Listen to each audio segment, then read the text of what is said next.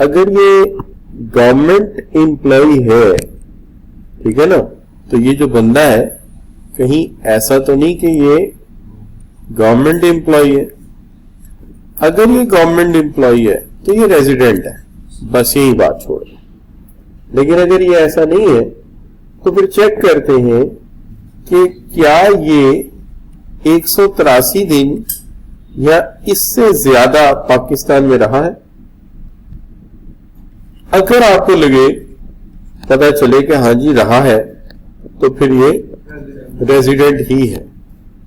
लेकिन अगर 183 दिन नहीं रहा लेकिन 120 दिन या इससे ज्यादा रहा है, 183 से कम और 120 दिन या इससे ज्यादा रहा है, तो फिर देखना ये पड़ेगा कि ऐसा तो नहीं कि पिछले 4 साल के अंदर कहीं ये 365 दिन अपने पूरे कर चुका है। अगर ऐसा कर चुका है तो फिर ये रेजिडेंट है, और लेकिन अगर ऐसा नहीं है तो फिर ये नॉन रेजिडेंट है। ठीक होगी ना बात? अच्छा, तो ये कल हमने यहां पे आके ना लेक्चर अपना वाइंड अप कर लिया। लेकिन इसके अंदर मैंने आप लोगों से ये जरूर कहा था कि 183 डेज के साथ आपको जरूरी ये है कि आपको पता हो कि किस मंथ में कितने डेज होते हैं। तो कल हमने कुछ हद तक इनको याद कर लिया था। आई होप कि अब आपको ये याद रहेंगे। तो मैंने आपको ये भी कहा था कि होता ये है कि सवाल जो है आमतौर पे जिस तरह भी सवाल वो करते हैं, यार आज बड़ी अजीब सी बात है, हमने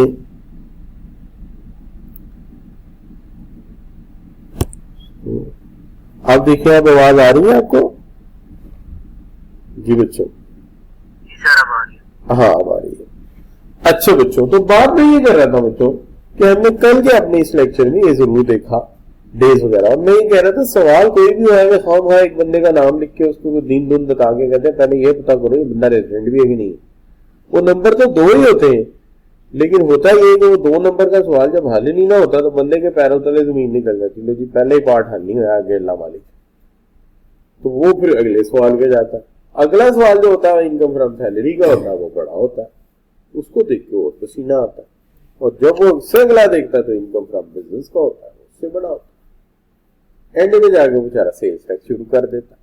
तो होता ये कि छोटी छोटी चीजों की केयर ना करने से पेपर मुश्किल लगता है, और छोटी छोटी चीजों की केयर करने से पेपर आसान लगता है। हाँ, मेरी एक प्रॉब्लम है मेरी टीचिंग में, वो सबको पता है, वो ये है कि मैं टेस्ट आसान नहीं देता। मैं टेस्ट में भी कोई ना कोई टेक्निक लड़ा के रखी होती ताकि बच्चा जो है वो जरा यहीं पे जितना डोलना डोल जाए, ताकि उसको यहीं पे पकड़ के जरा सॉलिड फुटिंग पे ले जाए। वरना बड़ा आसान है, 2 साल से सवाल दिए, लो जी बल्ले बल्ले हो गई, लो जी नहीं पल्ले हो गई, और बच्चा वहीं खुश हो गया। है जी, ये बड़ा आसान काम। बट मैं ये नहीं करता, मैं हमेशा टेस्ट में कुछ ट्रिकी क्वेश्चन देता हूँ। मकसद ये होता है कि वो दिन जाया ना हो जो टेस्ट का, उस दिन भी लर्निंग हो कि यार इस तरह से भी सवाल हो सकता है। और अगले दिन मेरी आदत है कि टेस्ट को सॉल्व लास्ट में करा देना, ताकि वो जो कल पढ़ा था स्टेटमेंट, तो टेस्ट नहीं छोड़ना। आप तैयारी हो तो वो शौक से देना, तैयारी ना हो तो शौक के बगैर देना, लेकिन देना जरूर, छोड़ना नहीं, ताकि आगे स्टेटमेंट पढ़े, अगले दिन उसको सॉल्व करना आसान हो। अच्छा बच्चों, ये सवाल अब मैं समझता हूँ कि जो अगले वाले हैं ना, ये आप खुद सॉल्व कर सकेंगे। लेट्स सी दैट ये कैसे सवाल है, चेक करते हैं। देखिए, ये एक बंदा है, 1 जुलाई 2020 को आया और सितंबर में चला गया। अब जाहिर है साल शुरू जुलाई में हुआ, और दूसरा उसका जो स्पैन है वो 1 फरवरी से लेके मई तक का है। क्यों जी, ये कोई मुश्किल सवाल है? क्या ख्याल है? ये कोई मुश्किल सवाल नहीं है, you can tackle it. Similarly this question you can tackle it, similarly the next. ये सवाल आपने सारे क्या करने हैं, टैकल करने हैं, आपने खुद सॉल्व करने। अच्छा जी, ये एक आध मैंने इसके अंदर एग्जांपल भी साथ फिट कर दिया ताकि आपको देखने में भी आसानी रहे। अच्छा बच्चों, अब आगे बात क्या जी, ये तो मैंने साथ साथ इसके ना के सोल्यूशन रख दिए ताकि आपको मुश्किल ना हो। अब बच्चों, ये कल की बातें हमने कहा था, हॉलीडे भी शामिल होगा, बीमार हो गया तो भी दिन शामिल होंगे, एहतजाज शुरू हो गया तो मसला हो गया, वो भी दिन शामिल होंगे। ठीक है जी, अगर वो एक जगह से दूसरी जगह जा रहा है, आपके मुल्क में हॉलीडे मना रहा है, तो भी दिन शामिल होंगे। हाँ, अलबत्ता अगर वो एक मुल्क से दूसरे मुल्क में जा रहा है और ट्रांजिट है वो काउंट नहीं होगा। और फिर उसके बाद हमने ये कहा था कि जी आपने ये भी ख्याल रखना है कि पिछले 365 दिन में पिछले जो है 4 साल उसमें 365 दिन वाला मामला ना हो। अच्छा, तो ये बच्चों ये हमने कल यहां तक काम जो है अपना कंप्लीट कर लिया था। ठीक है जी। अब आज का जो हमारा काम है वो शुरू होता है रेजिडेंट कंपनी से, कि कंपनी रेजिडेंट किस तरह से होती है और हम कंपनी को रेजिडेंट कैसे मानते हैं। कंपनी के लिए जरूरी है कि कंपनी जो है वो रेजिडेंट इस शक्ल में हो सकती है कि अगर कोई कंपनी है, जैसे कि पाकिस्तान की कोई कंपनी है, वो रजिस्टर्ड ही पाकिस्तान के एक्ट 2017 के तहत हुई है। ठीक है जी। अच्छा, तो जाहिर है वो पाकिस्तान की रेजिडेंट कंपनी है। तो पहली बात क्या, अगर वो पाकिस्तान के लॉ के मुताबिक रजिस्टर्ड हुई है तो वो रेजिडेंट कंपनी है, पाकिस्तान की कंपनी है। ठीक है जी। अच्छा, कंट्रोल होली इन पाकिस्तान, अगर पाकिस्तान से होली कंट्रोल हो रही है तो ये रेजिडेंट कंपनी है। अच्छा, होली कंट्रोल होने का मतलब क्या, होली कंट्रोल होने का मतलब ये तो बात सिंपल है ना। ठीक है, इसको लॉ में कैसे लिखा है, लॉ में लिखा है इट इज इनकॉर्पोरेटेड और firm by under the law in force in Pakistan. ऊपर की स्टेटमेंट क्या है, यानी ये जो ऊपर वाली स्टेटमेंट होती है सबके साथ सर स्टेटमेंट होती है, सबकी सर होती है, सर नेम नहीं होता, हर एक के साथ लगता है। तो ये सर स्टेटमेंट है, a company shall be a resident company in Pakistan for a tax year if, ये रेजिडेंट होगी अगर पहली बात क्या हो, वो इनकॉर्पोरेटिव पाकिस्तान के लॉ के तहत हुई है, यानी पाकिस्तान का जो एक्ट है 2017 कंपनी जो से रजिस्टर्ड हुई रेजिडेंट है। दूसरी बात ये है कि कंपनी की सूरत हाल ऐसी हो कि the control and management of it's affairs situated wholly in Pakistan at any time in the year, यानी पूरे साल के अंदर उसकी पूरी की पूरी टीम जो है वो एक बोर्ड ऑफ डायरेक्टर की मीटिंग बुला बैठी है पाकिस्तान में, जिसके अंदर उनका चेयरपर्सन भी आया, उनका सीईओ भी आया, उनका कंपनी सेक्रेटरी भी आया और उनके सारे डायरेक्टर आए। साल में कितनी दफा, होली या पार्शली, यहाँ तो बैठ के इधर से कंट्रोल कर रहे हैं। कोई कंस्ट्रक्शन कंपनी है, प्लानिंग सारी इधर होती है, बिल्डिंगें जाके दुबई में बना रहे हैं। ठीक है जी। तो ये पाकिस्तानी कंपनी, क्यों, क्योंकि इसके बोर्ड ऑफ डायरेक्टर कहाँ बैठे हुए हैं, पाकिस्तान में। लेकिन अगर फर्ज करें वो पाकिस्तान में सारा साल नहीं रहे, सिर्फ एक मीटिंग उन्होंने की है, तो क्या बन गए, सिर्फ एक मीटिंग, तो एक मीटिंग करने से ही वो क्या बन गए, रेजिडेंट स्टेटस ले, एक मीटिंग करने से ही वो रेजिडेंट बन गए। लेकिन कंट्रोल होली, कंट्रोल होली, होली का मतलब क्या है, एक भी डायरेक्टर बाहर ना हो, मार्केटिंग डायरेक्टर नहीं आया, फाइनेंस डायरेक्टर नहीं आया, 3 आए 4 नहीं आए, नहीं, रेजिडेंट नहीं।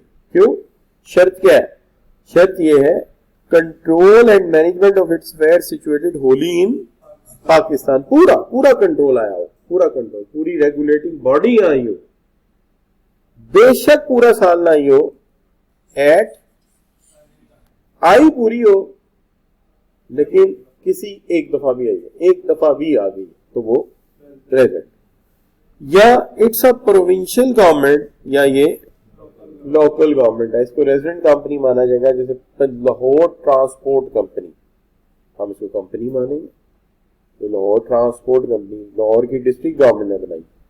पंजाब ट्रांसपोर्ट कंपनी, इसको कंपनी मानेंगे, पंजाब ने बनाई।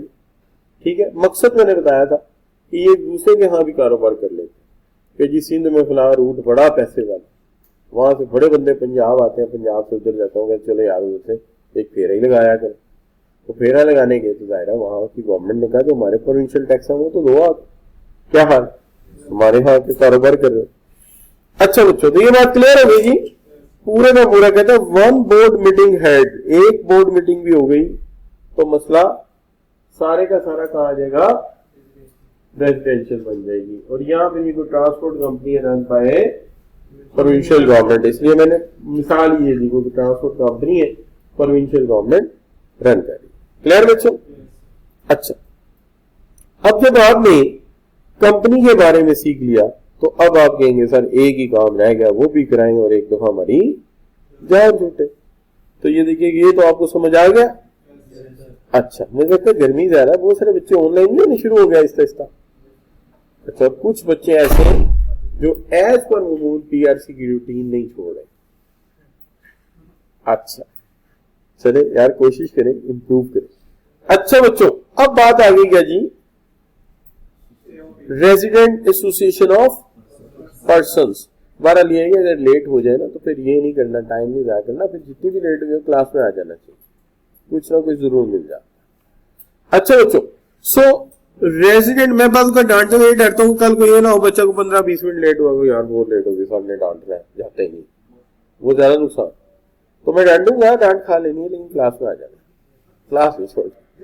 अच्छा बच्चों, इन दोनों काम हो। अब बच्चों क्या हो गया, रेजिडेंट कंपनी समझ आ गई। तो रेजिडेंट कंपनी कौन सी है, यहाँ तो पाकिस्तान के एक्ट में रजिस्टर्ड हो गई है, या जिसका होली कंट्रोल साल में एक दफा भी हमारे यहाँ आ गया, वो रेजिडेंट कंपनी। तो यहाँ कोई डिस्ट्रिक्ट गवर्नमेंट की कंपनी है या किसी प्रोविंशियल गवर्नमेंट। अच्छा, ऐसा भी तो हो सकता है। अब एओपी में क्या है, एओपी में इतनी सख्ती नहीं है, एओपी में पकड़ जल्दी कर लेते हैं। एओपी में पकड़ कैसे कर लेते हैं, एओपी में पकड़ ऐसे कर लेते हैं, even a partner came for just 1 hour for a business purpose। एक देखिए, पार्टनरशिप है ना, एसोसिएशन ऑफ पर्संस को पार्टनरशिप कहते हैं। अगर एक भी पार्टनर आधे घंटे के लिए भी आ गया और आके यहां से लेदर खरीद के ले गया, लकड़ी खरीद के ले गया, तो भाई तुम यहाँ बिजनेस में इन्वॉल्व हुए हो, तो तुम क्या हो, रेजिडेंट स्टेटस मिल गया। कैसे लिखा है, कहते हैं an association of persons shall be a resident association of persons for a tax year if control and management affairs of association is situated wholly or partly। अब वहां क्या था, wholly, और यहां साथ क्या आ गया, partly, in Pakistan at any time in an year। ठीक है जी। अब फर्ज करें कोई मेरे जैसा बच्चा टैक्स पढ़ रहा है, जिसकी अंग्रेजी इतनी अच्छी कोई नहीं है, तो अब उसको लिखना पड़ जाए, तो कैसे लिखेगा दोनों बातों को, तो वो लिखेगा every company which is registered in the companies act of Pakistan is resident company, पहली। दूसरी बात, a company whose control wholly at once or permanently here in Pakistan is a resident company.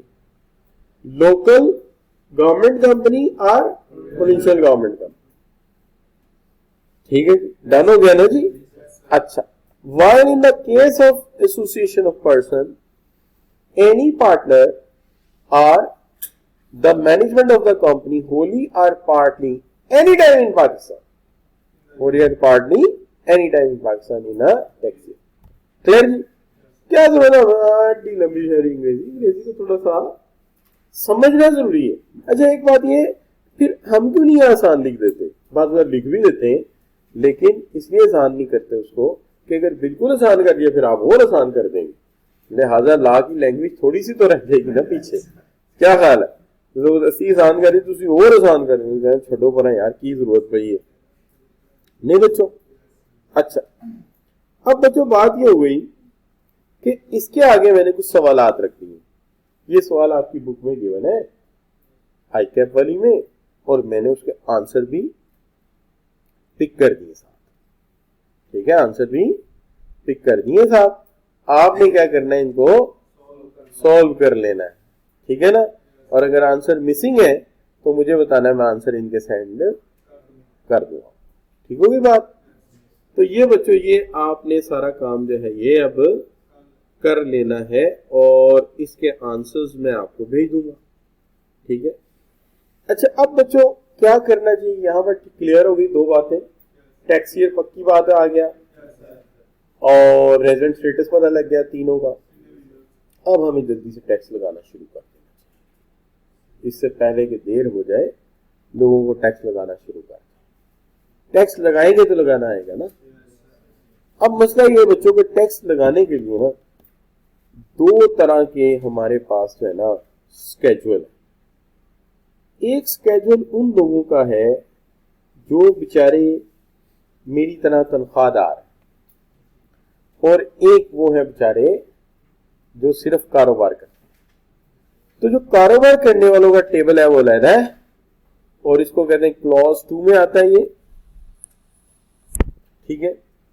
और यहां पे टैक्स जो लगता है वो लगता है किसको, बिजनेस क्लास पे। अच्छा, इनके ना स्लैब थोड़े लेकिन स्लैब बड़े बड़े, यानी एकदम से इनका जो है ना प्रॉफिट बड़ा, ठीक है, इनकम बड़ी, ठक करके यूं करके शूट कर गया टैक्स। लेकिन जो सैलरी वाले हैं उनका टेबल बड़ा है। वो क्यों?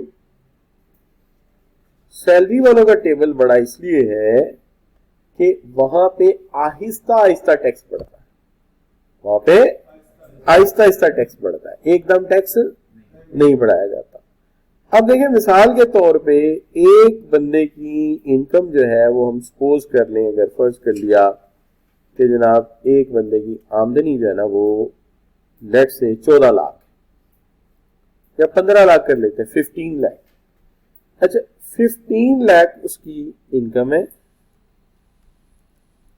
तो 15 लाख क्यों लिखते हैं? जब लाख जो है वो 2 डिजिट में जाता है, यानी 9 लाख से ऊपर जाता है, 10 लाख, 11 लाख, फिर उसके बाद 99 लाख तक, तो हमेशा दोनों के दरमियान एक कॉमा आगे अलहदा करेगा। क्या करेंगे? अलहदा करेगा एक कॉमा। जब भी 9 लाख तक नहीं, जब डबल डिजिट होगा एक कॉमा आ जाएगा, और 3 के बाद एक डिजिट हो रहा, एक कॉमा हो रहा है। असूली तौर पे हर 3 डिजिट के बाद कॉमा आ रहा है, ठीक है। तो गोरा क्या कर लेता? गोरा इसको कह देता 1,500,000, और हम किस तरह पढ़ लेते हैं? हम कह देते हैं 1.5 मिलियन, आप कह लेते हैं। और जो हम उर्दू स्पीकिंग लोग हैं हम क्या कर लेते हैं, वो हमें पता होता है कि सेपरेटर कोमा इन दोनों को इकट्ठा पढ़ाना है, 15 लाख इस तरह पढ़ दोनों तरीके से। अच्छा, अब बच्चों लेकिन कोमे लाजमी लगाने पड़ते हैं, और दूसरी बात ये जो छोटे छोटे जीरो लगाते हैं लोग ऐसे ऐसे ऐसे ऐसे, ये जीरो पेपर में नहीं चलते।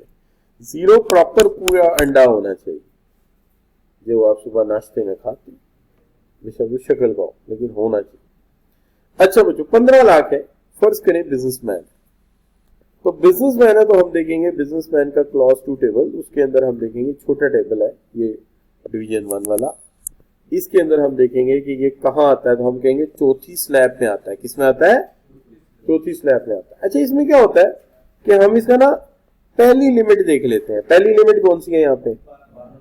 12 लाख। अच्छा, जो पहली लिमिट है उसका टैक्स गिवन होगा, 12 लाख का टैक्स गिवन है, कितना? 70 लाख। लेकिन 12 लाख के ऊपर वाले का हमें खुद निकालना होता है परसेंटेज को देख। मिसाल के तौर पे इस 15 लाख को जब हम टैक्स लगाएंगे तो कैसे लगाएंगे? हम इस तरह से लगाएंगे कि 70,000 किसका? पहले 12 लाख का। तो जो गिवन पहला होगा ना मिनिमम लिमिट, उसका टैक्स कैलकुलेटेड टेबल में ही, वो वहीं से उठा लेंगे।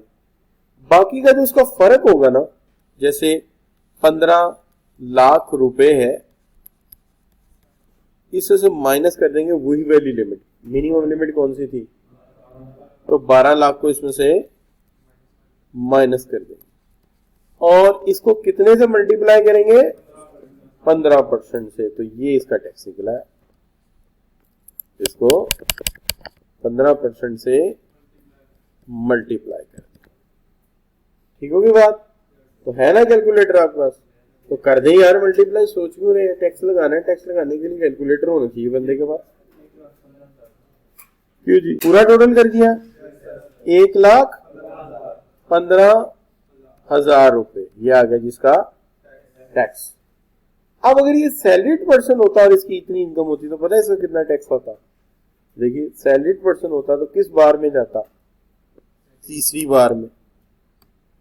15 लाख है ना, सेकंड वाली 12 लाख की है, 6 से 12 की है, दूसरी वाली 12 से 18 की है, ठीक है। वहां 12 से 24 नहीं की, 12 से 18। तो 12 से 18 है, तो यहां मिनिमम टैक्स कितना है? 30,000। चूंकि क्या पर्सन है? सैलरीड। तो फिर 30,000 जमा 15 lakh minus 12 lakh multiply by 10%, 60,000। फर्क समझ आया जी? इस पे कम टैक्स क्यों लगाया आपने? सैलरीड है ना, फिक्स्ड इनकम है, ठीक है। तो बिजनेस का टैक्स का टेबल और सैलरी का टेबल अलग।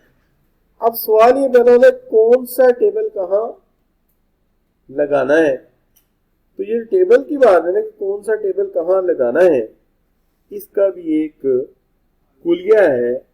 उस कुलिये पे हम अभी बात करते हैं, लेकिन उससे पहले यहां पे देखते हैं कि न्यूमेरिकल आ गया है जिसको डेलिबरेटली ऐसे बनाया गया है कि बच्चे को ज्यादा सोचना ना पड़े। तो देखिए इस पर्टिकुलर क्वेश्चन में हम कैलकुलेट करते हैं कि सबसे पहले, अच्छा ये याद रखना है कि हमारी जो तरतीब होगी ना न्यूमेरिकल को सॉल्व करने की वो यही रहेगी। अच्छा बहुत जगह ऐसा होगा इसमें से कोई हेड में इनकम ही नहीं होगी, जीरो होगी, लेकिन सर फिर भी वहां कुछ ना कुछ डाल देंगे, ताकि डैश ही डाल देंगे ताकि आपको तरतीब ना भूले। सबसे ऊपर हमने लिखना है इनकम फ्रॉम सैलरी। आपने पूरा लिखना है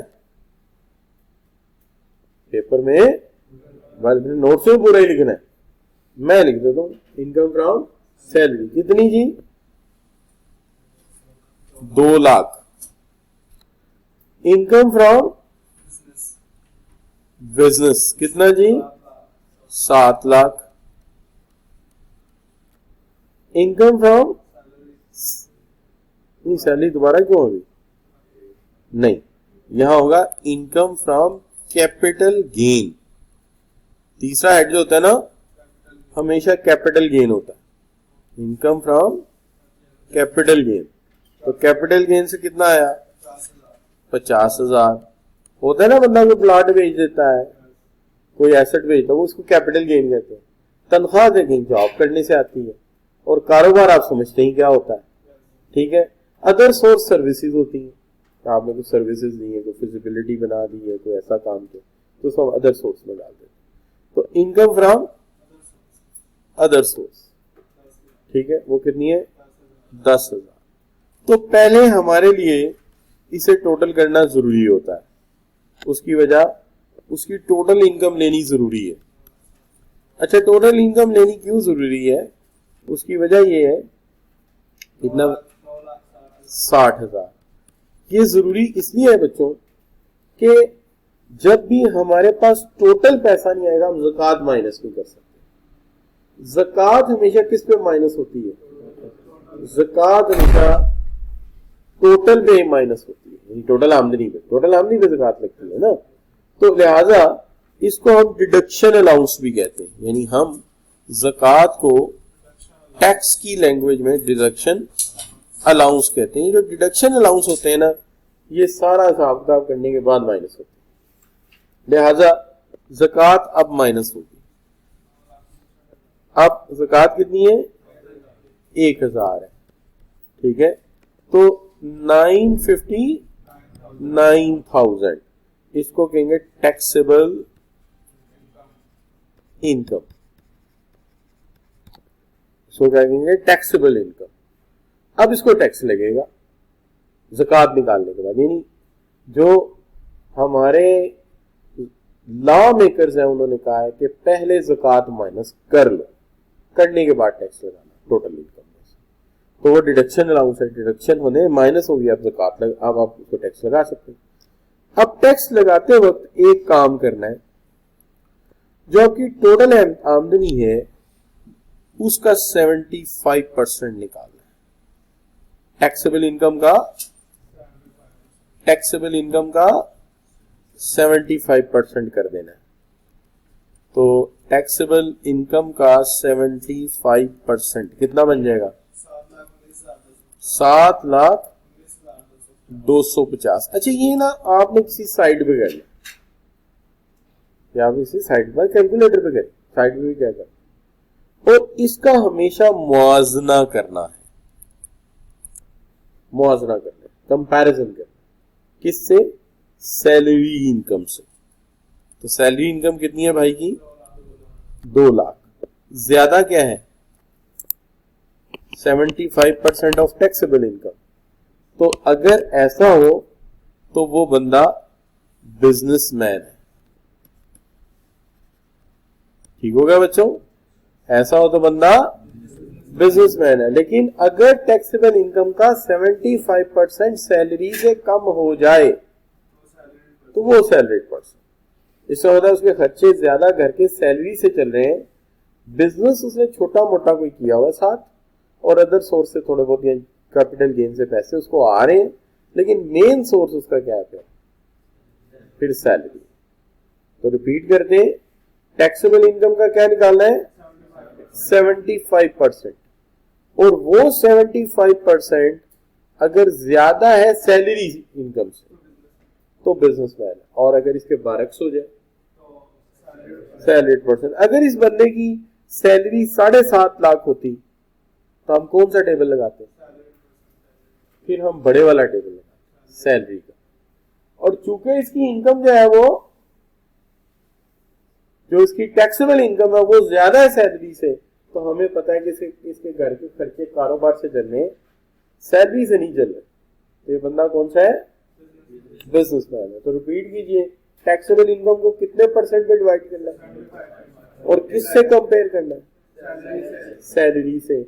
अगर सैलरी ज्यादा हो गई तो सैलरीड पर्सन कौन सा टेबल लगाएंगे? सैलरी वाला बड़ा टेबल।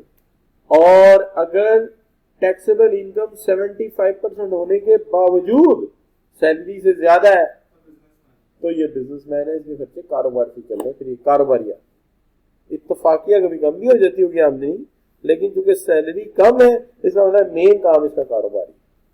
क्लियर बच्चों? नो प्रॉब्लम जी।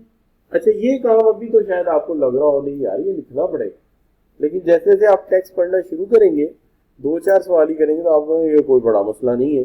ऐसे करके कैलकुलेटर पे निकाला 75% और क्वेश्चन पेपर में देख लिया सैलरी कितनी, कंपेयर होगा।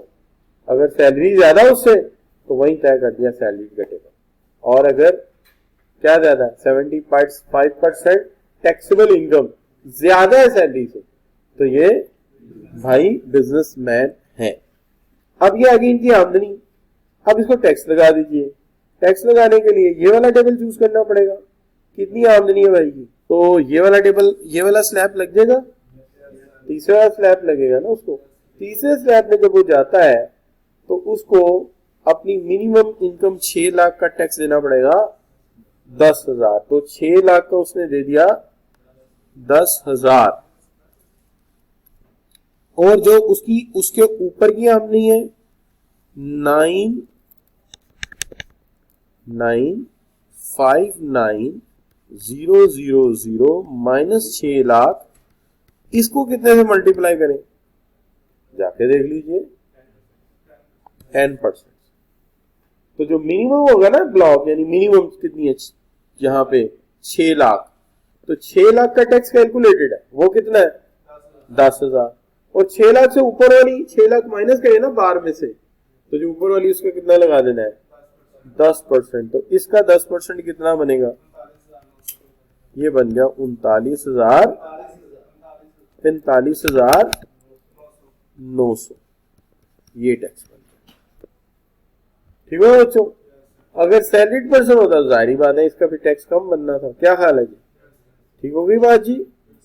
अच्छा, तो अब इसके अंदर कोई मसला तो नहीं है, क्यों जी? तो ये हो गई बात आपकी क्लियर। ठीक है जी? चले, अब बच्चों टाइम है हमारे पास तकरीबन 20 मिनट। ठीक है जी? तो कुछ बेसिक कैलकुलेशन इसके अंदर देखी जा सकती हैं। ऐसा कोई आप कहें जी बड़ा कम टाइम है तो ऐसा भी नहीं है, तो हम कुछ कैलकुलेशंस इसके अंदर देख लेते हैं।